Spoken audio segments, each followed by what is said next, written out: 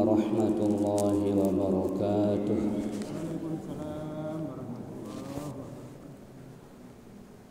أعوذ بالله من الشيطان الرجيم. بسم الله الرحمن الرحيم. الحمد لله رب العالمين، وبه نستعين على أمور الدنيا والدين، والصلاة والسلام على أشرف الأنبياء والمرسلين سيدنا ومولانا محمد وعلى آله وصحبه أجمعين. سبحانك لا علم لنا إلا ما علمتنا إنك أنت العليم الحكيم، ولا حول ولا قوة إلا بالله العلي العظيم. الحمد لله والشكر لله على نعمة الله. Bersyukur kita kepada Allah Subhanahu wa ta'ala. Allah masih berikan kita berbagai nikmatnya, sehingga dengan nikmat tersebut kita dapat dan mampu melaksanakan perintah Allah Subhanahu wa ta'ala, yaitu perintah yang besar. Dan salah satu hal yang berat dilakukan oleh orang-orang munafik adalah salat subuh. Namun kita alhamdulillah wa syukurillah, Allah pilih kita menjadi orang-orang yang mampu dan mau melaksanakan perintah subuh ini. Maka mudah-mudahan kita memohon kepada Allah keistiqomahan, ketetapan hati, kesungguhan hati kita untuk selalu melaksanakan dan menghidupkan waktu pagi kita ini dengan kegiatan yang sangat mulia seperti ini, yaitu beriktikaf, berdiam diri di rumah Allah Subhanahu wa ta'ala, bahwa tempat yang paling mulia di dunia ini ada dua, yaitu masjid dan majelis ilmu. Maka pada pagi hari ini kita berada di dua majelis yang mulia, yaitu masjid dan majelis ilmu. Sampai-sampai Nabi Sallallahu Alaihi Wasallam mengumpamakan majelis ilmu itu seperti taman surga. Apabila engkau melewati taman-taman surga, kata Nabi, farta'uhu, maka cobalah mampir di situ. Mampir di situ, engkau pasti menemukan suatu kebahagiaan. Ya, namanya taman itu indah, membuat kita fresh, ya, tenang, menikmati suasananya. Jadi apabila engkau melewati taman-taman surga, maka mampirlah, kata Nabi. Sahabat bertanya, apakah ada taman surga di dunia ini ya Rasulullah?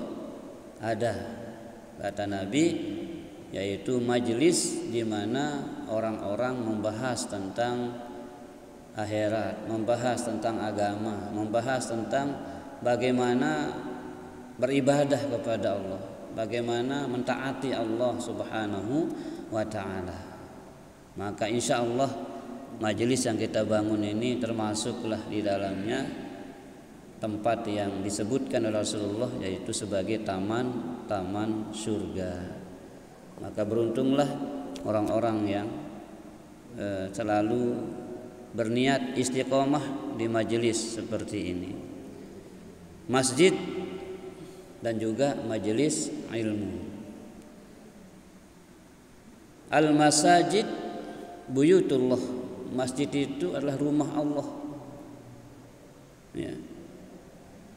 Rumah Allah tentunya penuh dengan rahmat, nikmat. Rumah hambanya saja begitu lengkap, ya.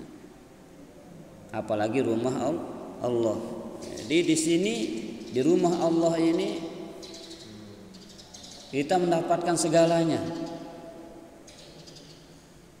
Kalau kita memasuki rumah Allah ini dengan adab-adab yang diajarkan, etika-etika yang diajarkan oleh baginda Nabi Muhammad sallallahu alaihi wasallam.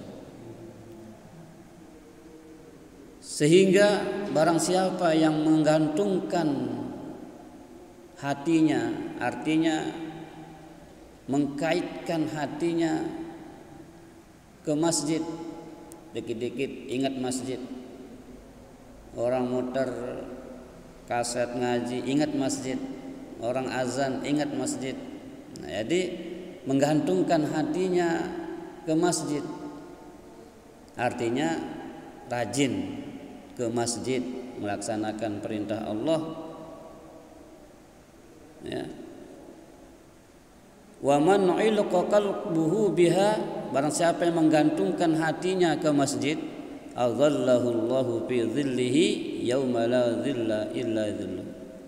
Allah akan memberikannya naungan, payung, terop, apa lagi bahasanya, ya. Allah akan memberikan kita tenda. Pada hari tidak ada tenda selain tenda-tendanya Allah Subhanahu wa taala. Allah berikan kita naungan yang pada hari itu tidak ada naungan selain naungan Allah Subhanahu wa taala. Tidak ada yang memiliki tenda selain Allah. Maka Allah akan berikan kita tenda itu, naungan itu, ya. Ketika kita menggantungkan ataupun selalu mengkaitkan hati kita, perasaan kita kepada masjid. Maksudnya merasa perlu, merasa butuh untuk selalu berada di rumah Allah ini. Jadi wa man ulliqa qalbuhu biha, barang siapa yang hatinya terpaut dengan masjid, selalu merasa perlu untuk hadir di masjid, pengajian, sholat, ya, menghadiri acara undangan, ya. Makanya masjid itu tidak hanya fungsinya untuk sholat, tapi masjid itu di zaman Rasulullah sangat banyak fungsinya. Masjid jadikan sebagai UKS bagi sahabat-sahabat yang luka pada waktu perang, diobati di masjid. Muhammad juga menjadikan masjid itu sebagai tempat musyawarah, ya. Menjadikan masjid sebagai center ataupun pusat kegiatan-kegiatan. Maka sangat sempitlah kita berpikir ketika masjid ini hanya kita anggap sebagai tempat sholat 5 waktu saja. Tetapi seharusnya masjid itu menjadi senter dari semua kegiatan-kegiatan sosial. Karena kegiatan sosial itu juga menjadi ibadah. Jadi ibadah itu 2 macam. Ibadah mahdhah, ibadah ghairu mahdhah. Ibadah mahdhah niki maksudnya ada syarat, ada rukun, ada ketentuan-ketentuan syar'i yang sudah ditetapkan oleh Allah dan Rasulnya, seperti sholat, puasa, zakat, haji. Ini disebut dengan mahdhah, ibadah yang sudah ditetapkan oleh Allah ketentuan-ketentuannya secara khusus, ya, cara-caranya, jumlah rakaatnya tidak bisa dimusyawarahkan. Ini sudah qat'i. Ya. Mengapa subuh 2 rakaat, mengapa zuhur 4 rakaat, mengapa asar 4 rakaat, maghrib 3, isya 4. Ini sudah qat'i. Tidak bisa kemudian kita akan rapat musyawarah untuk merubah jumlah rakaat ini. Tidak bisa, karena itu sudah mahdhah, sudah ketetapan yang qat'i, yang sudah pasti. Ya. Oke, ketentuan-ketentuan Allah ya yang sudah ditetapkan. Nah, adapun ibadah ghairu mahdhah, ibadah yang tidak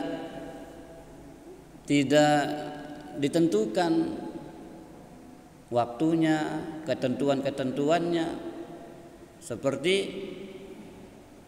menjenguk orang sakit, ya, gotong royong, atau ibadah-ibadah sosial lainnya, ya, kerja bakti dan seterusnya, semuanya ini ibadah yang juga tidak kalah penting, ya, dibandingkan dengan ibadah-ibadah mahdhah tadi. Bahkan menjadi indikator ibadah mahdhah kita diterima oleh Allah Subhanahu wa taala ketika kita bisa bersosialisasi. Kita bisa hidup sosial kita baik. Sebagai ciri salat kita diterima oleh Allah, berjamaah kita diterima oleh Allah, bahwa kita bisa hidup bermasyarakat, kita bisa hidup bertetangga, kita tidak mudah untuk suudzon kepada teman, tidak mudah untuk berburuk sangka kepada orang lain. Ya.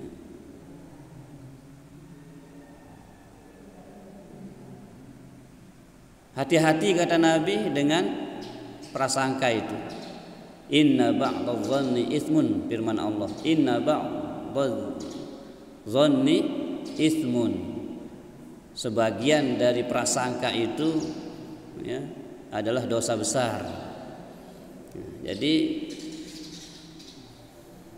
sebagai ciri daripada ibadah mahdhah kita berupa salat ini telah diterima oleh Allah Subhanahu wa taala, kita mampu dan bisa tampil di tengah-tengah masyarakat itu hidup bertetangga, bermasyarakat, saling memaklumi kekurangan dan kelebihan satu dengan yang lainnya, bahwa tidak ada manusia yang sempurna, itu sudah ketetapan Allah.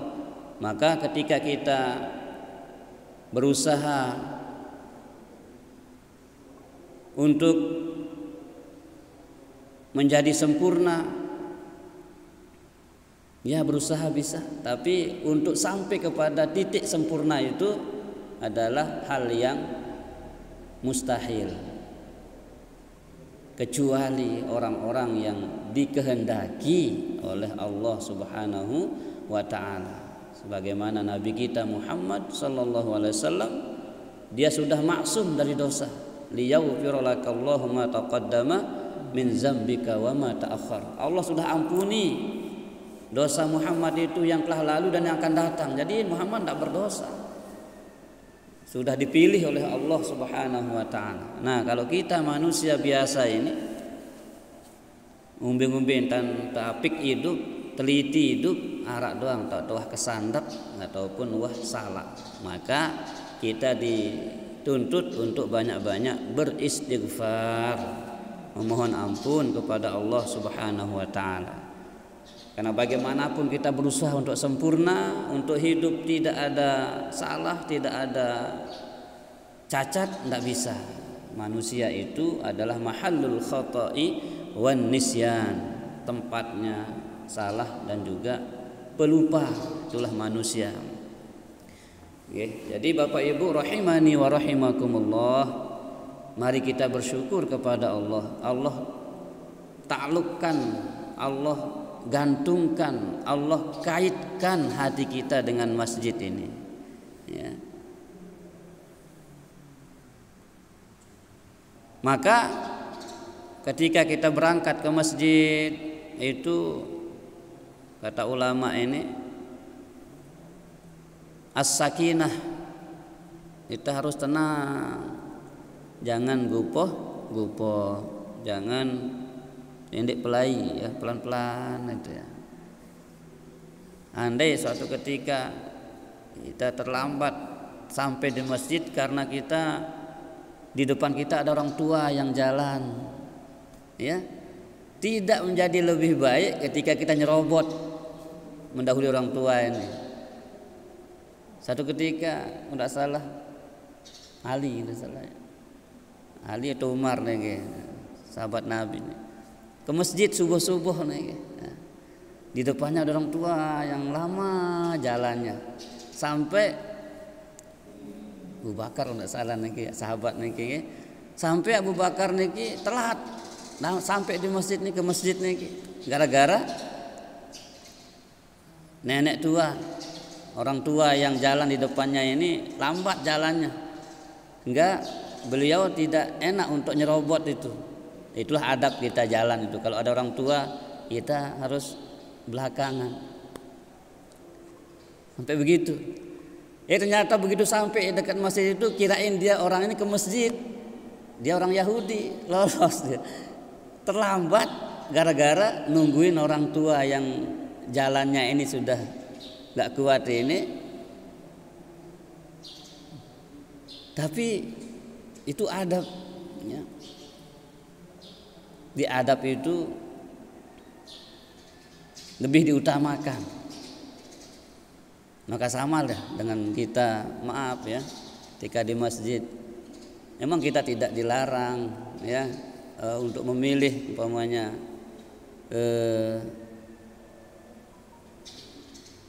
kayak tadi itu loh, kita ngerjakan yang makruh, maaf, seperti dukhon ya, silahkan gitu ya. Tapi kita adab itu lebih diutamakan. Mengapa tidak nanti? Mengapa tidak memilih tempat yang di mana? Jadi adab itu kata Nabi lebih diutamakan. Kita tidak dilarang ya, karena makruh itu kan memang definisinya dikerjakan tidak dapat pahala, ditinggalkan dapat pahala. Jadi silakan mau pilih mana, mau dapat pahala atau tidak. Pilih kan berpahala. Iya, makanya bersama dia. Nah, jadi al-adabu, Nabi Muhammad itu innama bu'istu liutammima makarimal akhlak. Aku diutus oleh Allah itu untuk menyempurnakan akhlak, adab ini. Yuk, bukannya Ka'bah itu dulu tetap ramai Bapak Ibu. Walaupun belum diutus Muhammad itu, cuman cara meramaikannya yang salah. Ya, di zaman jahiliyah itu, di zaman kezaliman itu ya, zaman kegelapan itu, orang-orang memasuki Ka'bah itu harus telanjang, membawa darah binatang untuk menyirami Ka'bah. Itu cara mereka memuliakan Ka'bah itu. Nah, itu dirubah oleh Nabi kita Muhammad sallallahu alaihi wasallam. Bagaimana cara yang benar, cara yang tepat memuliakan Ka'bah itu, masjid itu, Masjidil Haram itu. Ya. Dari membuka aurat menjadi menutup aurat, dari melumurnya dengan darah dengan cara yang memang disyariatkan. Wal yattawafu bil baitil atiq, bertawaflah ya, berkelilinglah di sekitar Baitul Atiq ya, rumah Allah ya, Ka'bah Baitullah. Nah, sampai sekarang ya, Rasulullah mengajarkan kita terus turun temurun pada sahabat, para tabi'in, tabi'in, termasuk kepada kita, mudah-mudahan kita adalah menjadi orang-orang yang mempertahankan sunnah ini, mempertahankan hal-hal yang dilakukan oleh Rasulullah 1400 tahun yang lalu sebelum kita lahir. Jauh sebelumnya kita ini sudah diajarkan. Makanya Nabi berpesan itu, berpeganglah kepada dua pusaka itu, Quran dan Sunnah. Taraktu fikum amroini, kata Nabi, aku tinggalkan kepadamu dua pusaka, dua peninggalan berharga. Lan tadillu ma in tamassaktum bihima, kalian tidak akan tersesat. Ini fi'il mudhari dipakai. Mudhari itu al-mustaqbal, sesuatu yang akan terjadi, ya. Maka didahului oleh lam, oleh lan, ya, lan. Lan tadillu, tidak akan kalian tersesat, ma in tamassaktum bihima, selama berpegang teguh kepada dua pusaka ini. Jadi Bapak Ibu rahimani wa rahimakumullah, bagaimana supaya tidak sesat dalam hidup kita ini? Pegang teguh dua pusaka ini. Artinya berbuatlah, beramallah sesuai dengan tuntunan dua pusaka ini. Apa dua pusaka yang dimaksudkan Rasulullah selama kita berpegang teguh kepadanya tidak akan tersesat? Kitaballahi wa sunnati Rasulillah. Kitab Allah ini Al-Quran yang kita pelajari, yang ada di tangan kita saat ini, itu yang dimaksud oleh Nabi kita Muhammad sallallahu alaihi wasallam. Kita harus pegang teguh, dan hadis-hadis Nabi, ya. Nah, itulah pesan Rasulullah, ya, agar kita selalu beramal, selalu berbuat sesuai dengan Al-Quran dan Sunnah Nabi.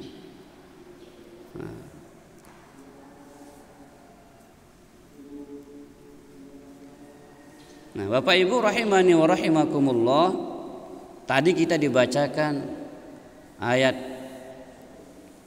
26 sampai dengan terakhir 29 di Al-Hadid ini, yang artinya besi, surah besi, ya. Nah, surah ke-57 ini terdiri dari 29 ayat, 29 ayat.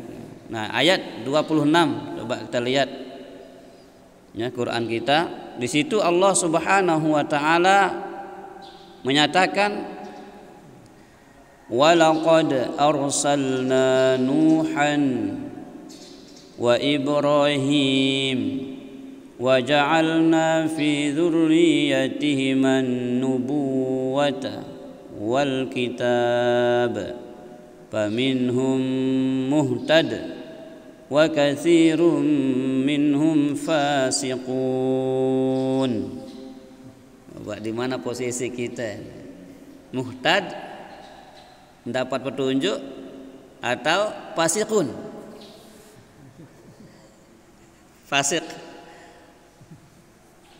Na'udzubillah.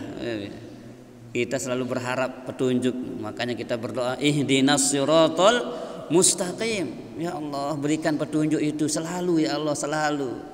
Karena ada orang yang paginya Islam, siangnya kafir, sorenya Islam, malamnya kafir, malamnya Islam, paginya kafir. Na'udzubillahi min dzalik. Kita ingin keislaman kita ini istiqomah terus menerus sampai dengan datangnya Israel mencabut nyawa kita. Selalu berpegang teguh kepada Islam ini, ya. Nah, di sini Allah menjelaskan, sesungguhnya arsalna Nuhan, kami telah mengutus Nabi Nuh, wa Ibrahim juga Nabi Ibrahim, Nuh dan Ibrahim. Wa ja'alna fi dzurriyyatihi man-nubuwata wal kitab. Dan kami jadikan kepada keturunan keduanya, keturunan Nuh dan keturunan Ibrahim ini, kenabian dan kitab. Ya. Jadi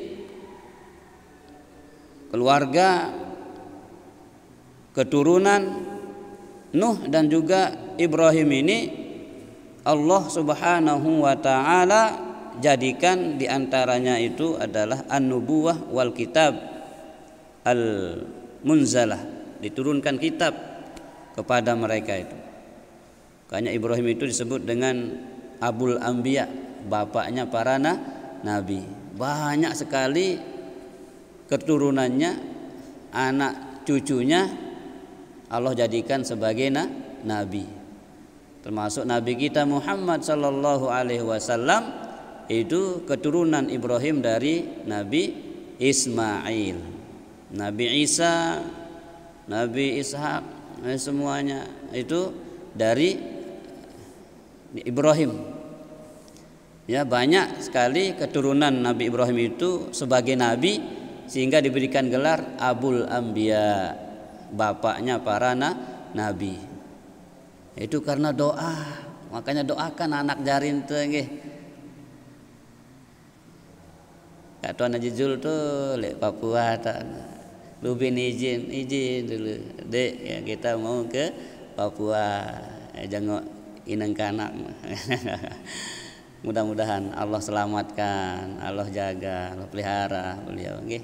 Doakan dia. Jadi doa kita ini Bapak Ibu menggetarkan arasnya Allah.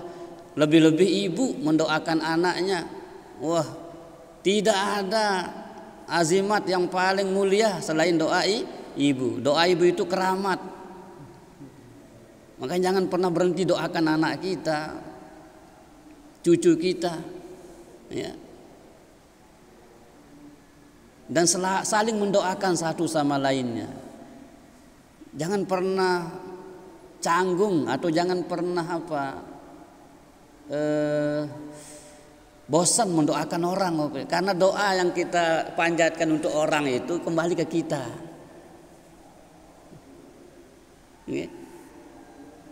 Ini kadang-kadang kita kalau mendoakan orang setengah hati gitu, enggak sungguh-sungguh. Mudahan. Tapi jarang sekali kita, ya Allah, sahabat saya ini, tetangga saya ini, orang ini Allah berikan kemudahan ya Allah. Kalau kita lewat di tokonya, ya Allah majukan toko orangnya, Allah ya majukan dia. Dan ketika engkau berikan dia kekayaan, sentuhlah hatinya untuk mau menolong agamamu. Nah gitu kita doakan. Kalau ada orang yang tidak sempat mendoakan dirinya karena dia doakan orang terus, dia akan diberikan hal yang lebih baik daripada apa yang dia doakan pada orang. Ya, jadi jangan pernah aduh masa iya doang terdoang itu ndak doang ya. Jadi doakan orang itu Bapak Ibu, kita yang mendoakan itu dapat ya, sehingga harus sebagaimana kita mendoakan diri kita, kita juga sungguh-sungguh mendoakan orang itu, sehingga apa yang kita ucapkan, yang kita panjatkan kepada Allah itu juga kembali kepada kita yang memanjatkan doa itu. Walaupun bahasa kita mendoakan orang, tapi Allah Maha tahu kamu juga saya kasih, kata Allah. Apa yang kamu katakan doa terbaik untuk orang itu juga akan kembali kepadamu. Nggih. Nah, jadi doakan terutama sekali ya ibu kepada anak, doanya mustajabah, orang tua kepada anak cucu ya, sahabat ya.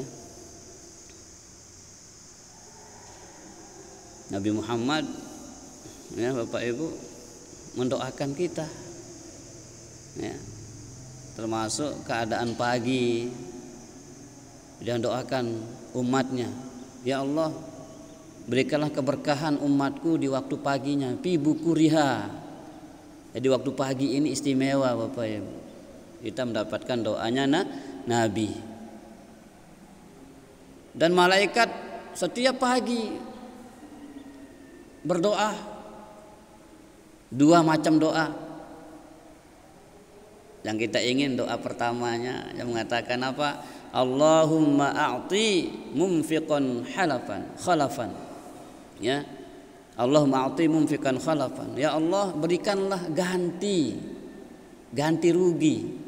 Yang namanya ganti itu bisa kurang-kurangnya sama dengan yang kita keluarkan, tapi bisa jadi lebih baik daripada apa yang kita keluarkan. Apa doa malaikat setiap pagi? Allahumma a'ti mumfiqan khalafan. Ya Allah, berikanlah ganti rugi orang yang berinfak hari ini. Arak dengan gotong royong, Kupinde datang, ada dengan gotong royong, ai inem de datang, ada gotong royong, tenaga de datang, dek mampu tenaga, sila ai inem, dek mampu inem, sila kupi, dek ngumpi, sila dek mampu seno doa, Bapak Ibu, doa, mudah terlancaran. Ini ai inem dek datang, kupi dek datang, tenaga dek datang, doa dek doa. Doa ini karena doa itu ya luar biasa ya. Jadi Bapak Ibu rahimani wa rahimakumullah, Allah Subhanahu wa taala menyatakan sesungguhnya kami telah mengutus Nuh dan Ibrahim kepada kaumnya. Wa ja'alna fi dzurriyyatihim an-nubuwata wal kitab al-munazzalah, dan kami jadikan keturunan Nuh dan Ibrahim itu nabi dan juga diberikan kitab, diberikan wahyu.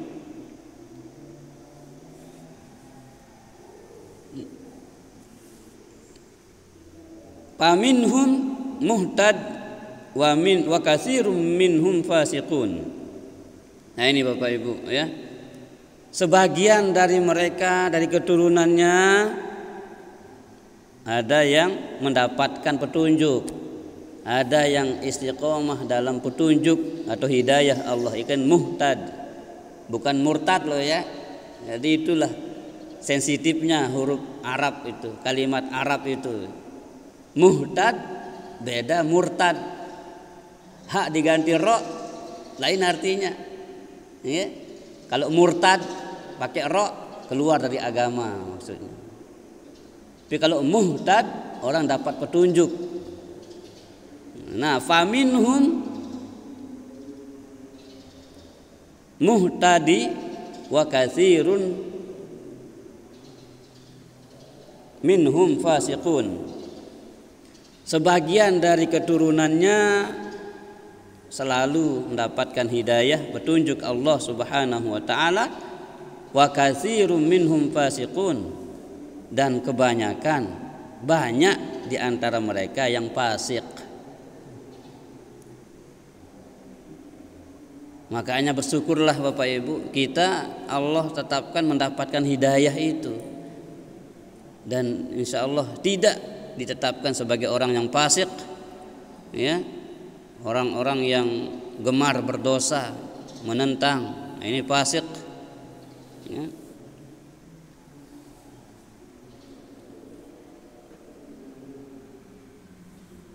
Apa yang dimaksud dengan fasik itu? Kharijuna an ta'atillah, keluar dari taat kepada Allah ya. Jadi tidak taat kepada perintah-perintah Allah. Nah, di mana kita masuk Bapak Ibu? Insya Allah kita masuk di faminhum muhtadi, orang-orang yang mendapatkan petunjuk ataupun hidayah Allah Subhanahu wa taala. Amin ya. Jangan sampai kita masuk fasiqun. Tapi di sini Allah katakan kasirun. Apa kasirun itu? Lebih banyak. lebih banyak yang fasik daripada yang dapat hidayah, dapat petunjuk. Hati sedikit. Makanya Umar kalau dengar ayat semacam ini, ya Allah jadikan aku yang sedikit itu. Masukkan aku ke dalam golongan yang sedikit. Masya Allah. Ya bisa kita saksikan sudah dalam kenyataan hidup kita. Berapa persen yang tertarik kepada kebaikan-kebaikan? Berapa yang tersentuh, yang terketuk hatinya untuk mau ikut kepada kegiatan-kegiatan mulia? Ya itu dia faminhum muhtad. Dan berapa banyak yang tidak tersentuh, yang tidak mau ikut dalam kebaikan itu? Yaitu makanya firman Allah wa katsirun minhum fasiqun. Kebanyakan di antara mereka itu, di antara manusia ini yang fasiqun, yang tidak mau diajak taat, tidak mau diajak baik, hanya ABOT saja, ya, abot, malas, apalagi ya sejuta alasan untuk tidak mau bergabung dalam kebaikan itu. Egoisme, rasa istilahnya gengsi, ya, gengsi tinggi. Wah, ya kan penek terubin, ini kan anak kerubin. Itulah termasuk sejuta alasan untuk kita tidak mau gabung kepada kebaikan itu. Bahkan alasan itu kita buat-buat, ya. Masya Allah, ya. Na'udzubillah. Jadi kita mari melihat ilmunya seseorang tuh, jangan lihat penampilan orangnya, ya, tapi ilmunya. Ya. Allah saja tidak melihat penampilan kita, Allah saja tidak melihat casing kita, ya. Innallaha la yanzuru ila suwarikum wala ila ajsamikum. Allah tidak melihat tampangmu, tidak pula kekar ataupun jasadmu. Walakinnallaha yanzuru ila qulubikum wa a'malikum. Akan tetapi Allah hanya memandang hatimu, niatmu, dan juga amalmu. Jadi niat dan amal kita ini harus kita terus perbaiki, Bapak Ibu. Karena na'udzubillah, kalau sudah egoisme menghinggapi hati kita, gengsi tinggi menghinggapi hati kita, maka itulah kesempatan iblis menggoda kita sangat gampang, ya. Jadi buang gengsi itu. Kalau kita yakin benar ada kebaikannya, ya, maka mari kita ikut. Ya, jangan sampai gengsi kita itu kemudian akan membuat kita semakin merasa sakit hati, merasa tersiksa dengan diri sendiri, ya. Jadi Bapak Ibu rahimani wa rahimakumullah, Allah menyatakan faminhum muhtadi wa katsirum minhum fasiqun. Ada sedikit yang selalu istiqomah dalam hidayah itu, tapi kebanyakan kata Allah yang kharijuna an taatillah, ya, yang keluar dari ketaatan kepada Allah, tidak istiqomah, tidak taat kepada Allah, ya, kenan fasiqun. Kebanyakan orang-orang yang memilih untuk fasik. Na'udzubillah. Dan itu semua Bapak Ibu atas takdiril azizil alim. Takdir Allah yang maha aziz, yang maha mengetahui. Jadi kita bersyukur Allah pilih, Allah takdirkan kita menjadi orang-orang yang bertakwa insyaallah hingga akhir ajal kita masing-masing. Kita saling doakan Bapak Ibu, mudah-mudahan hidup kita berkah, mati kita baik, besok di hari kiamat dikumpulkan dalam surga yang tertinggi, yaitu di surga Firdaus bersama baginda Rasulullah sallallahu alaihi wasallam. Wa nas'alukal ula minal jannah. Kita mohon surga yang tertinggi, ya, kepada Allah Subhanahu wa taala. Setelah Nabi Nuh dan Ibrahim, tsumma qaffayna ala atharihim birusulina, ya, wa qaffayna bi Isa ibn Maryam wa atainahul injil wa ja'alna fi qulubil ladzina ittaba'uhu ra'fatan wa rahmah wa rahbaniyatan ibtada'uha ma katabnaha 'alaihim illa ibtigha'a ridwanillah fama ra'auha haqqa ri'ayatiha wa atainal ladzina amanu minhum ajrahum wa katsirun minhum fasiqun. Sama, ya. Masya Allah. Sila kita coba internalisasi ayat niki mbet berhak tama niki, ya, beriman atau fasik. Ya, tapi kalau terliti satu persatu amal te pegawaian te kayaknya kita belum yakin, ya, belum meyakinkan diri untuk betul-betul istiqomah dalam keimanan kita. Ya memang karena begitulah iman itu harus diperjuangkan. Yazidu wa yanqus. Keimanan manusia itu selalu mengalami kurvanya itu fluktuasi, ya, turun dan naik. Bagaimana dia naik?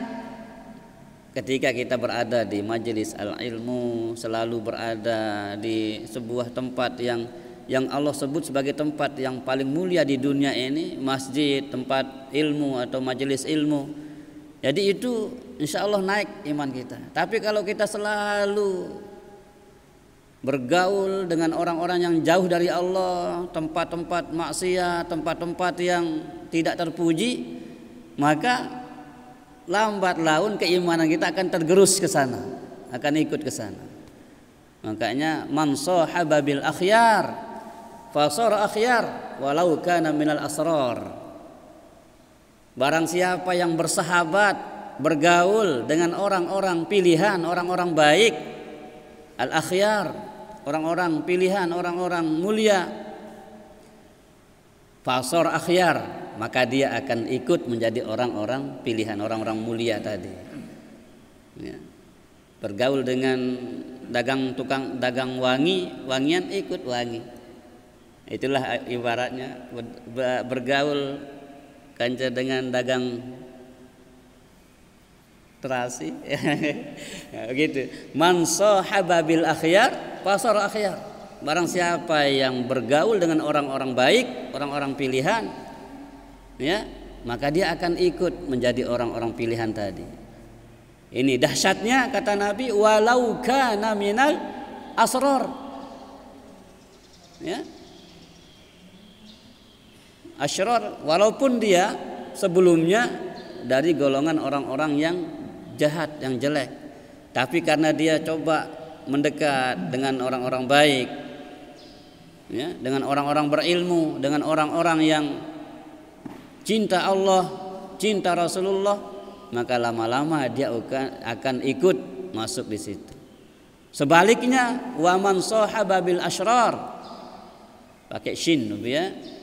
Barang siapa yang bergaul dengan orang-orang yang jahat, syar, orang yang jahat, orang yang suka maksiat, orang-orang jelek, yang suka maling, suka mabuk, suka zina, suka ngerampok, asyrar, fasara asyrar,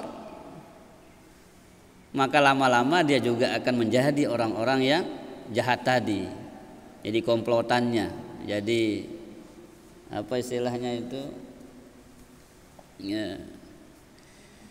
ya jadi kelompoknya, ya. grupnya, ya. Walau kana minal akhyar, walaupun sebelumnya dia sebenarnya orang baik, orang ini dari orang-orang yang keturunan yang baik, tapi karena dia hari-harinya bergaul, bersahabat dengan orang-orang yang jauh dari Allah, maka lama-lama ikut tergerus ke situ, ya. Jadi mari Bapak Ibu, pesan anak-anak kita, pilihlah sahabat yang bisa mengingatkan kita kepada Allah.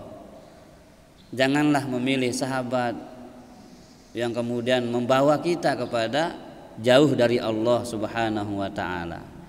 Ya, intinya sahabat yang baik itu adalah sahabat yang mengingatkan kita akan Allah. Ini sahabat simparan diri, ya, apa ya tirak selengi-lengi milih doang. Seharusnya kita saling selamatkan. Jadi yang namanya sahabat itu kita tahu tetek bengeknya sahabat kita ini, tahu kita ketika dia sakit, ketika dia ya senang, kita tahu. Saking dekatnya Rasulullah itu begitulah dia. Makanya Abu Bakar itu selain mertua, dia juga sahabat, manggilnya sahabat. Ya. Suatu ketika arak sopok sahabat niki balene jauh leman masjid 2 kiloan lebih lah ya. Makanya dia kalau ke masjid itu butuh waktu 2 sampai 3 jam baru sampai masjid. Ya. Tapi suatu ketika beliau tidak hadir, sahabat ini, lupa saya namanya sahabat ini. Ya. Sehingga Rasulullah nak bertanya, yuk mana fulan? Kok tidak kelihatan ini? Coba kita jengok. Jadi Rasulullah jengok dia ke rumahnya itu. Ternyata benar, sekitar 2 jam lebih sampai ke rumah orang. Ya Allah, setiap hari orang ini tidak pernah ketinggalan takbiratul ula bersama imam. Rumahnya sangat jauh seperti ini. Ternyata sampai sana beliau meninggal dunia ya Rasulullah. Bayangkan, yang menghalangi dia untuk datang ke masjid itu hanya sakaratul mautnya. Dan pada waktu sakaratnya itu istrinya menyampaikan, keluarganya menyampaikan, ketika itu dia ngomong, mengapa tidak lebih jauh lagi? Mengapa tidak lebih jauh lagi? Kemudian mengapa mengapa tidak yang baru? Mengapa tidak yang baru? Mengapa tidak yang baru? Yang ketiga, mengapa tidak semuanya? Mengapa tidak semuanya? Apa maksudnya tiga kata-kata, 3 ungkapan ini, Pak? Mengapa tidak lebih jauh lagi? Artinya sahabat ini yang meninggal dunia ini diberikan menyaksikan oleh Allah, diberikan menyaksikan, melihat amalnya yang telah dilakukan selama ini. Sehingga dia ungkapkan, mengapa tidak lebih jauh lagi? Dengan yang 2 jam perjalanan ini saja begitu besar pahala saya, mengapa tidak lebih jauh lagi? Ya, itu disampaikan kepada Rasulullah. Ya Rasulullah, sebelum dia meninggal, suami saya ini mengucapkan ini. Mengapa tidak lebih jauh lagi? Mengapa tidak yang baru? Mengapa tidak yang lebih banyak lagi? Nah, jadi kata Rasulullah, suamimu diperlihatkan oleh Allah balasan pahala yang dilakukan selama ini. Ya. Jadi lebih jauh kita melangkah, lebih besar pahalanya. Ya. Makanya jangan pernah ngeluh, ke jauh masjid zaman balen tuh. Justru lebih jauh itu peluangnya lebih banyak pahalanya. Jadi sahabat ini mengatakan, mengapa tidak lebih jauh lagi rumah saya dari masjid itu? Itu makanya suamimu katakan mengapa tidak lebih jauh lagi, itu karena dia lihat pahalanya itu, langkah demi langkahnya itu dibalas berlipat ganda oleh Allah Subhanahu wa taala. Kemudian yang kedua, dia katakan, mengapa tidak yang baru? Mengapa tidak yang baru? Suatu ketika suamimu, kata Rasulullah, pernah menelusuri jalan, kemudian di tengah jalan ditemukan orang yang kedinginan. Kemudian dia kasih ya salah satu jaketnya lah gitu ya, yang bekas, yang pernah dia pakai. Makanya dikatakan mengapa tidak yang baru? Yang bekas saja dia berikan begitu besar pahalanya, dia saksikan oleh orang ini, apalagi yang baru. Makanya ngasih orang tuh jangan yang bekas, kasih yang masih merek. Ya belikan yang bermerek. Ini ngasih orang sudah nggak layak di dia, nggak layak pakai. Jadi yang bekas saja begitu besar pahalanya, apalagi yang baru. Terus mengapa tidak semuanya? Mengapa tidak semuanya? Jadi dia bawa bungkusan, bawa bekal lah gitu. Di tengah jalan dia nemukan pakir bahasa kita ya, dengan nunas-nunas, ngendang-ngendang. Nah bahaginya lah ya. Nah bahagi. Dia bilang mengapa tidak semuanya? Saya bagi aja begini besar pahalanya, apalagi semuanya. Nah, ini Bapak Ibu. Artinya apa? Berbuat itu, beramal itu jangan setengah-setengah. Jadi kita yakin akan diganti oleh Allah dengan yang lebih baik. Lebih baik. Walal akhiratu khairul laka minal ula. Jadi Bapak Ibu, sebelum nyawa kita keluar, kita akan dihadirkan oleh Allah pahala-pahala itu, sehingga kita akan tersenyum melihatnya. Makanya begitu malaikat mencabut nyawa kita, ada tersisa senyum di bibir kita, sehingga orang-orang sekeliling kita enggak ngeri melihat mayat kita, karena kita sedang menyaksikan indahnya surga yang akan kita diami. La yakhruju ruhul mu'min hatta yara makanahu fil jannah. Tidak akan keluar nyawanya orang beriman itu kecuali ia telah melihat tempat yang indah di dalam surga itu. Sehingga ketika nyawanya dicabut, dia masih tersenyum menyaksikan tempat yang ia akan diami setelah matinya, setelah meninggalnya.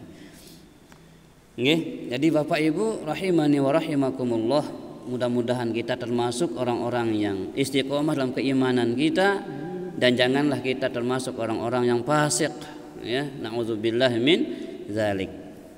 Jadi setelah Nuh dan Ibrahim, thumma qaffayna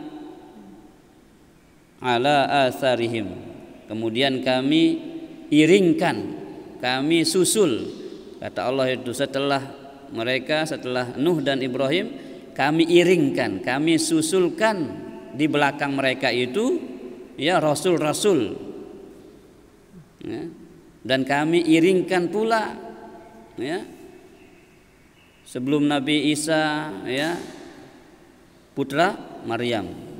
Kami iringkan pula ya Nabi Isa, kami kirimkan, kami utus pula Nabi Isa bin Maryam. Hanya Nabi Isa Bapak Ibu yang